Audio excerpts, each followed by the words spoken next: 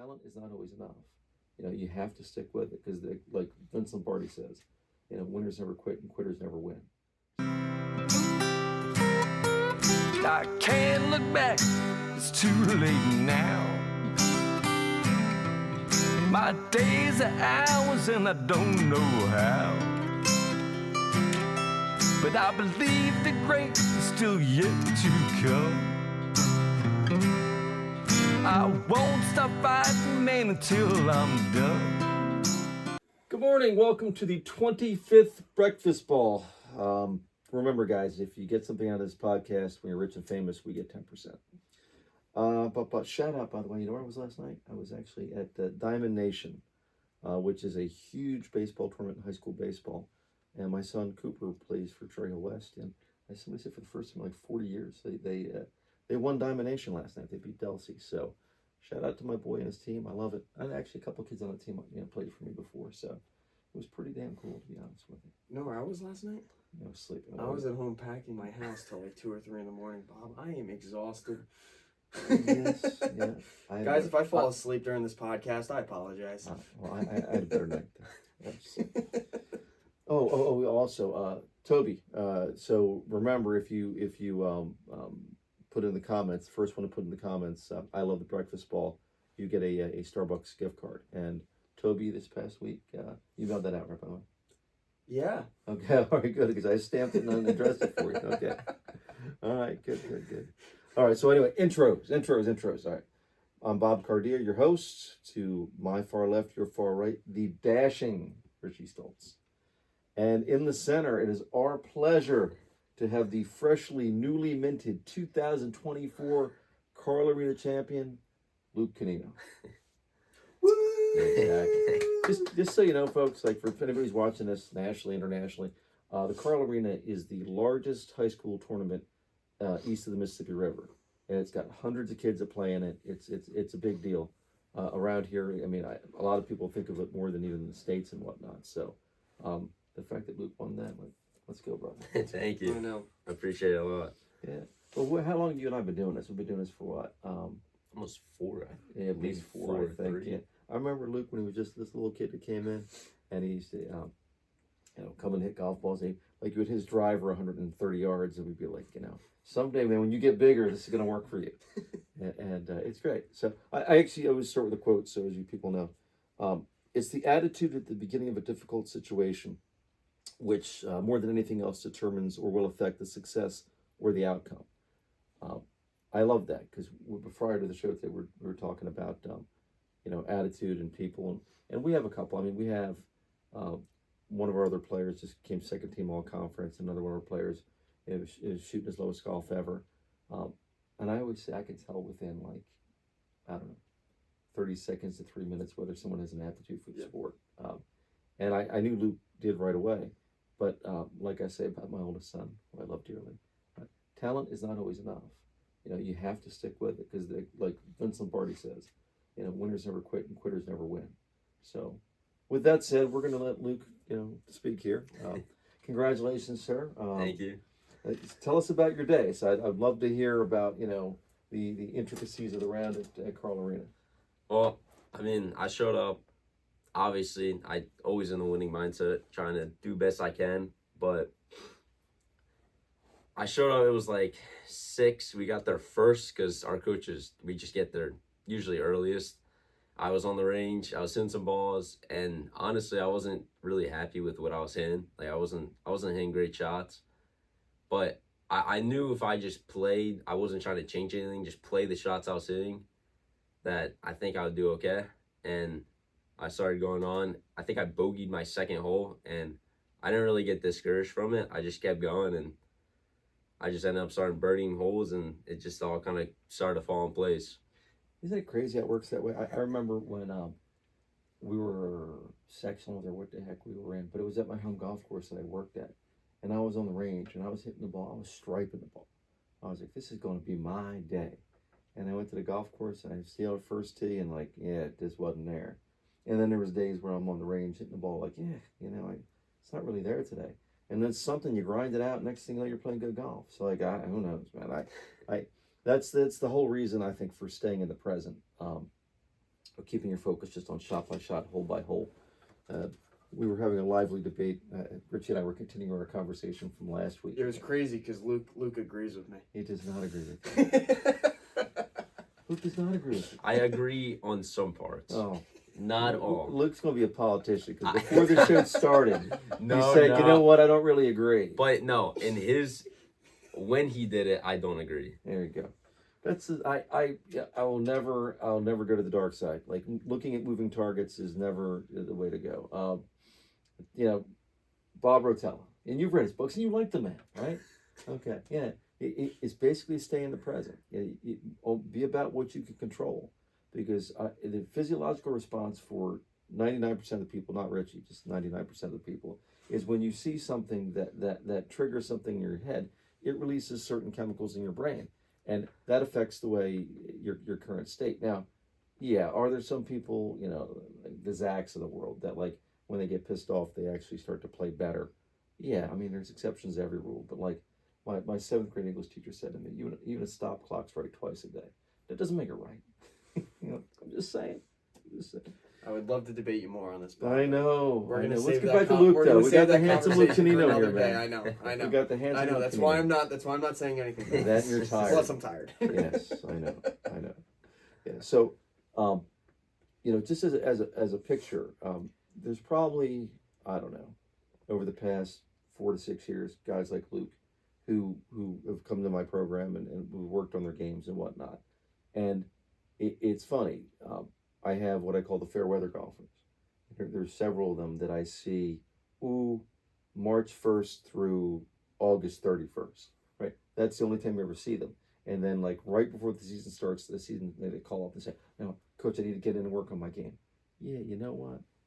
The Lukes and the Gabes and the Richies of the world, the guys that, like, I mean, how many crappy days have you and I sitting out there with snow blowing into the stalls and there's rain blowing in the stalls, and we're hitting golf balls, and literally there's mornings where you and I are the only people there, right? And like that, you get rewarded in public for what you do in private. Luke plays a boatload of golf at the golf course. He was coming in every week for years, and guess what? Well, how do you feel about that? Do you feel that gave you an advantage over everybody else? 100%. And there's always something that I still remember you say is the one girl in college that practices no matter what because someone else in a different state is like somewhere in Texas they're practicing every day. I love when people remember shit that I say. I love it. I always think about that every time I play in crappy weather. Yes. There's someone else in a different state playing right now.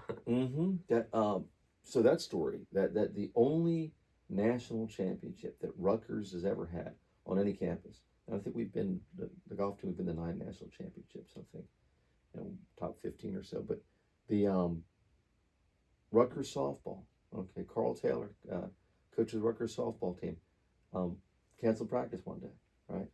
And he was going out to the batting cages and he sort of, batting cages, the pitching machine was on. And he's like, what the heck? And he walks out there and it's his All-American is in the batting cages in the freaking pouring rain, swinging. And Carl was like, what are you doing here? And she's soaking wet with a bat in her hand and said, you know what? There's some girl out there in Nebraska who's working her butt off right now, and I'm not going to be at work by then. I love that story, right? Because that's the way we succeed, folks. I mean, there's plenty of times, and we're going to talk about this in a second too. We had actually a quote earlier on we do shorts before the show. But if you knew you couldn't fail, how many things would you try? Mm. And it's so true. But with that said, you're going to fail your way to success. I mean, the Lukes of the world are special people because you keep working, right? And you keep listening and you keep doing, and good things are going to happen. There's another, like a Chuck Norris quote. He said, you know how many people stop right before the last step? Because you don't know what the last step is before success. Like, this is the first big thing you've ever won, right? Yeah. But you didn't know that. Like, when you woke up in the morning, you didn't know you were going to win that. But Luke played in the leagues at his golf course. He's taken a boatload of lessons, and we've talked about strategy and whatnot. But you had no idea. No. But now you're there, right? So, I mean, now you're the king of the hill. Yeah. So, Yeah, with that said, so what do please give me more pearls of wisdom of things that I've said, because I'm getting a kick out of that.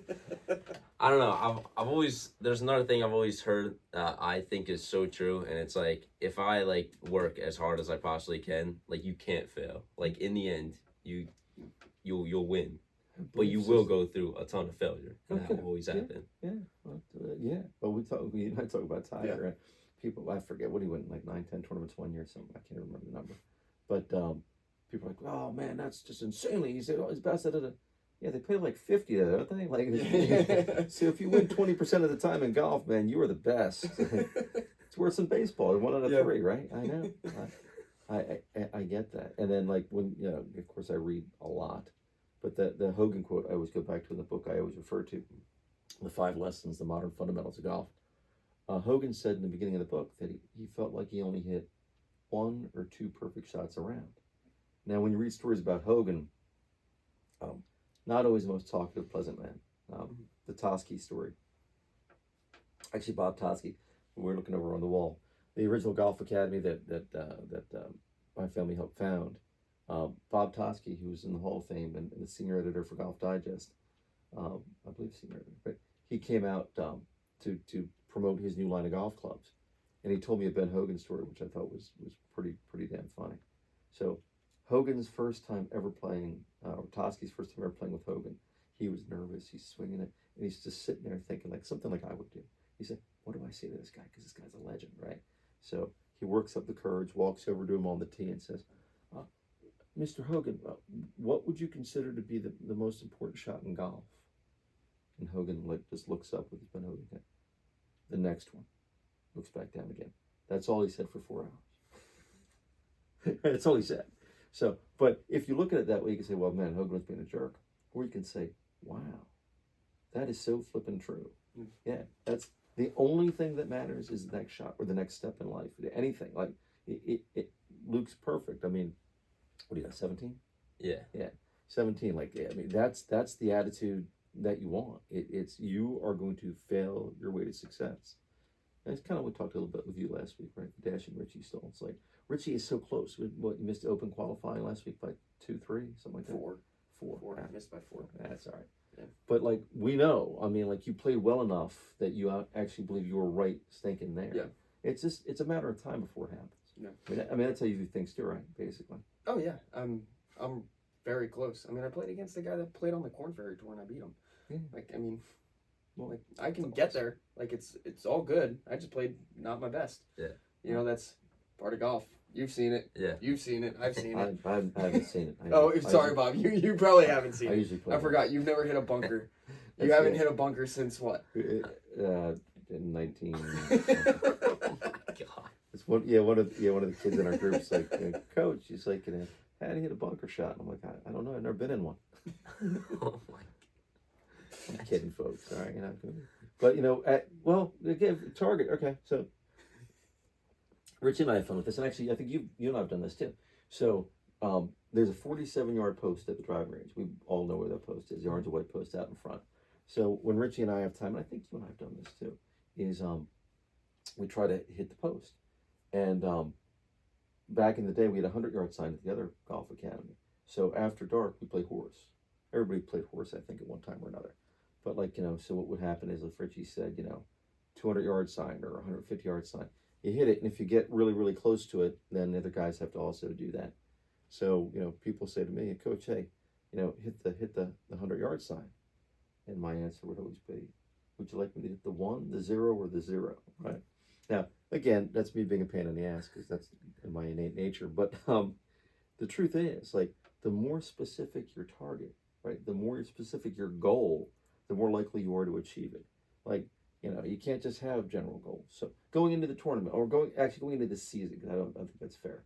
Going into the tournament, did you have a goal written out, or you just kind of like you were just, I had a goal of hitting as many greens as possible because before going up to that tournament, I was putting pretty well, and I knew. I mean, I thought about something too. Is like if I hit every green, I have 18 chances to make a couple of those birdie putts, and it's like yes, that's what I kind of walked in going to it, and I started hitting greens, and That's what it started coming down to. That's I The I one love it. the one kid who won the Carl Arena, Grant Gardner. I think Yeah. you might have known who he was. Yeah. He was a little bit older than me. Did you go to Methodist also? Yeah, he did. I Yeah. played with him. Oh, Him and remember. Liam Mulligan. Yeah, they Yeah, from I Eustis. played, Yeah. yeah. But Grant hit 17 greens in the Carl Arena and shot 1 under. Yeah. You know, he said his goal was just hit as many greens as Yeah. possible. If he hits 18 greens, you know, he's gonna have looks on every single hole. Something's gonna drop at some Exactly. point. And sure enough, that day he had 1 drop and 1 was good enough, and he won. Yeah. You know, so Well, we've discussed this before. The number one scoring stat on every tour is greens in regulation. Yeah. So whoever is putting for birdie the most typically is going to have the lowest score. Mhm. But then you look at you take that and then you look at the average avid golfer, and they define an avid golfer as somebody who plays once a week. He hits a little over 1 green out of the 18 tries. So if you're hitting 17 greens, I thought with PGA Tour stats like 15 greens or something like I that. think it's 15, 14. Well, Something yeah, like that. right, yeah. So if you're ever wondering why the average golfer can't break 100, he hits 1 green. Yeah. Anyway, so now we're talking about your future because you're a junior this year, Yeah. right? So please, what is the future of the handsome Lou Canino? I don't know. I feel like I've only like started what I've been doing. You know, I've been in school. This summer, I'm gonna work as hard as I possibly can, and Because now you see Obvious- what's available. yeah, now, like you see it's- what we're capable of. exactly. So it's like it's only like the start, and I feel like if I work as hard, maybe I want to try and go pro, and that's still skipping a step. I want to get to college Yeah, first. yeah. I want to try and play in Division I golf, but Yeah. I mean, any competitive golf, I think, doesn't matter what it is, I'll try my best in. So Yeah. Well, I mean, now that you won the arena, I'm sure if anybody's watching out there, hey, I'd love for Luke to come play for us, but like it is. I'm imagining you want to go further south. yeah, So, that's funny because we had ladies' night last night at Big Swing, and what do we have, like 20 ladies Yeah, or something like that? I think 20. Yeah, one of the ladies had a Wake Forest golf bag, Mhm. and I'm like, oh wow, Wake Forest. And like Arnold Palmer went there, like Hale Irwin went there, and she's like, yeah, I'm not that good. I'm like, I think she stole the bag from somebody. That's what she said. But I remember the number one player for New Jersey, and again, this is when I was younger, so like 18, 12. He applied to Wake Forest, and he got a form letter back. This guy he won the states in New Jersey, right? He got a form letter back, like one paragraph letter saying, if you don't go to a school that can play golf 12 months a year, we don't really recruit from the north part of the country. Mhm. I was like, wow, okay, so, but once you win a tournament like the Carl Arena, like things will open up for you a little bit, and we'll start putting you out there and hopefully, if you're watching, guys, Luke's looking to play college golf, just saying. But anyway, have you done tours of any schools yet or no? no, not yet. This summer I definitely will, Okay. but Mhm. no, I have to get started. I'm a little late on it. Yeah, you know what? It's life. Yeah, My son's a senior also. His team just won the Diamond Nation. Ask him what he's doing. I'm not quite sure what he wants to do either. But that's okay. We still love them both. Trust me. So we don't know what our future plans are. We want to play Division I professional golf, and I think it's admirable. I think that's. I always said to my oldest son, he didn't know what he wanted to do either. So, get the degree, and then you can always, pursue your dreams at that point because you're still so damn young. yeah, Although one of my favorite musicians, Ray Wiley Hubbard, somebody once asked him, how come you have this commitment to your music? Right? He said, well, never learn how to do anything else. He said, yeah. When someone tells you to go to college, he's like, don't do that. He said, just all I had to do is play music. That's all I had to do. No, I'm not recommending that for you. I'm just Ray Wiley. Anyway, so Richie, any pearls of wisdom or any for our young guest here? I do want to throw this out there, and super simple, but you just kind of pointed to it like you jump straight to like I want to play professional golf. I mean, I love that. yeah, I love that. LeBron James here. Obviously stepping stones. yeah, But like for an overall goal, like I always believe you can't dream too big. yeah, So and you're gonna have people tell you that you are. You ignore them. You ignore them. You say, hey, listen, if you think so, well, you'll be watching me one day. You'll be on your couch. I'll be on the big screen. But always dream big, because if you don't, then you're gonna hit your small dreams, and who really likes hitting small dreams. Yeah. It feels good in the moment, but it's not what you really want. So dream big. You know, you said you want to play professional, possibly. You know, if that's the goal, like, man, go for it. Appreciate You know, it. go for Thanks. it. Yeah, the short from last week, we had a short from last week, which I flipping love. It basically, it says, for everybody who doesn't believe in you, right? All the people say you can't do this, you can't do that. I want those people to say, boy, I remember the day I met that guy, Mhm. right? It's like, look, Yeah. I mean, look, like right now, I mean, when he's 10, 11 years old, and I keep telling us, by the way, Knicks play again tonight, so let's go. But, you know, when I was coaching Colton, and you know, this kid moves into town, and he's on my baseball team, or my basketball team, and you know, if you told me this guy was going to be an NBA All-Star and, you know, best player in the Knicks, I would, yeah. Jalen Brunson was on my son's you know, basketball team. I coached him for a season. Like it just shows you anybody can get to where, you know, they need to be. Like I mean, he was very good back then, but like I didn't say, hey, he's going to be an NBA, you know, All-Star at that point. Like if you believe in what you can do, and you can believe in and have that drive, you know, yeah. A lot of people say you can do anything. I don't know if you can do anything. Like I doubt I'm going to get much taller, but you know, but you know, maybe I could stretch. Who knows? I don't know. But you know, for people that have talent, have the drive, have the determination, I think the sky's the limit. Like Richie said, you don't stop believing, man. It would do me a lot of good when I'm sitting in my rocking chair, you know, 20 years from now. Getting your 10%. Get my 10%. Yeah. Get my 10%. I will never Watch forget it. that. Don't worry. Thank you. Yes, I need that. Thank you. Lord knows I need that. Yes. You know, watching, you know, Luke beat up on, you know, the Scotty Shufflers of the world.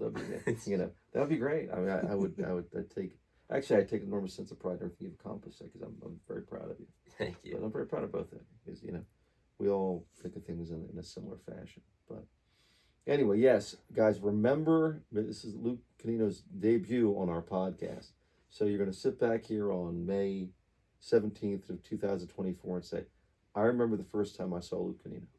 Yeah, I like that. Yeah. Yeah, I like that. I like that. Thank you so much for the opportunity to come on here too. No, man. Thanks for coming. You love it. Yeah, we absolutely love it. So we're looking forward to great things. You got any more tournaments coming up? Yeah, I have like a tournament like every Saturday. I'm trying to do the AGGA qualifiers, Yeah, okay. but a lot of Philly tournaments. Okay. And I don't know. I think Gap tournaments too. Okay. But I'm just Yeah, well, getting the tournament. Yeah. Just we'll keep us updated on that for sure. Richie, what else you got coming in? Anything coming up tournament wise? No, not me. I Not got me, some. yeah.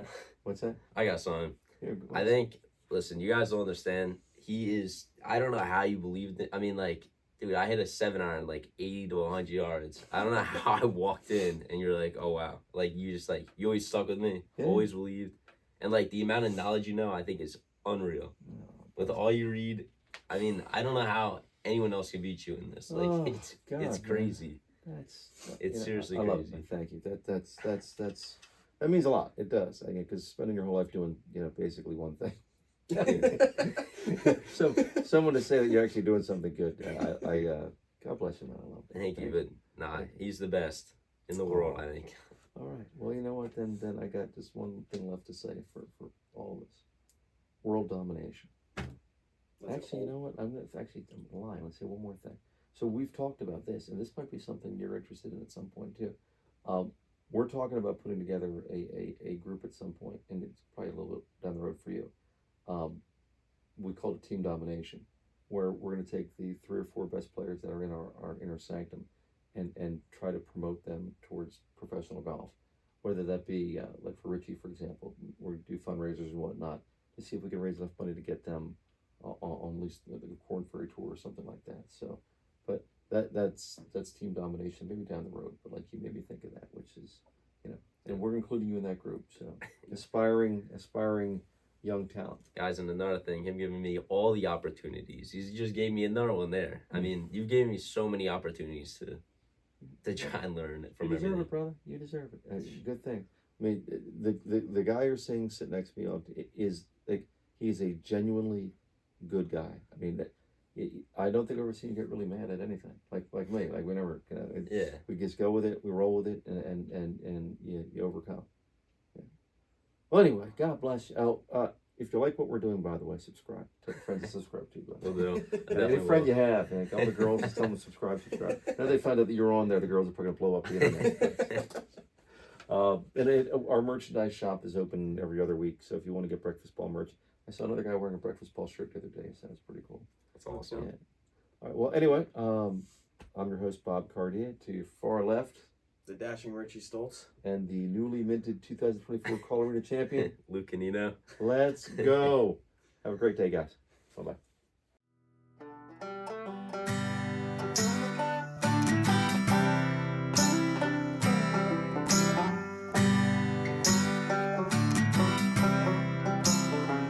Glass of bourbon, ha ha.